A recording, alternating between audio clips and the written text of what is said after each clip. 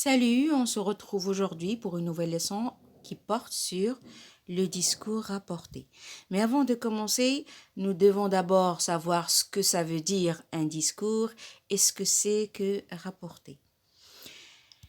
Eh bien, un discours, c'est une suite de mots qu'on emploie concrètement pour exprimer sa pensée. C'est le langage mis en action et c'est tout simplement la parole.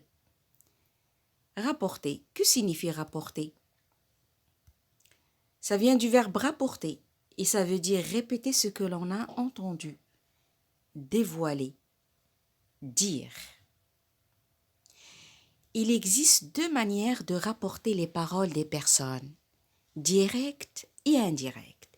Voici quelques exemples de paroles rapportées de manière directe. Octave dit « Je suis assassiné par ce maudit retour ». Taisez-vous toutes les deux, ordonne M. Jourdain à sa femme et à Nicole. Mon père revient dans la résolution de me marier? Demande Octave. Ce sont tous des paroles rapportées de manière directe. La preuve, on a les guillemets, on a tout de suite après le verbe introducteur les deux points. Donc, on a la parole telle qu'elle a été prononcée par le personnage, par le sujet, écrite entre deux guillemets.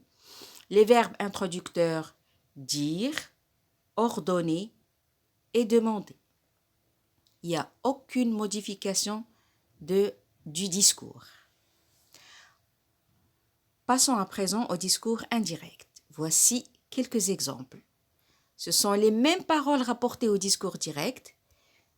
Là, on les a transformées au discours indirect. Octave affirme qu'il est assassiné par ce mot des retours. Voyez, on n'a plus de deux points ni de guillemets. Monsieur Jourdain ordonne à sa femme et à Nicole de se taire. Octave demande si son père revient dans la résolution de le marier.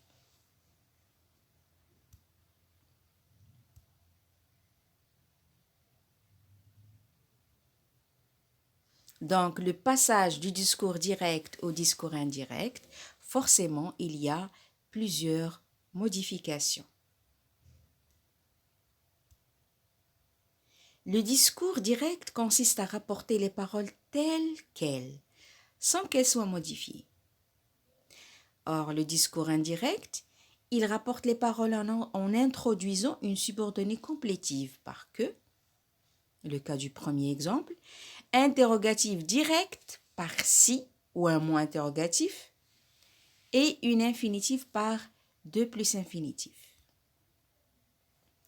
Il se caractérise par l'absence de guillemets, les points d'interrogation et d'exclamation, le changement des pronoms personnels, des pronoms et adjectifs possessifs, des indicateurs de temps et de lieu.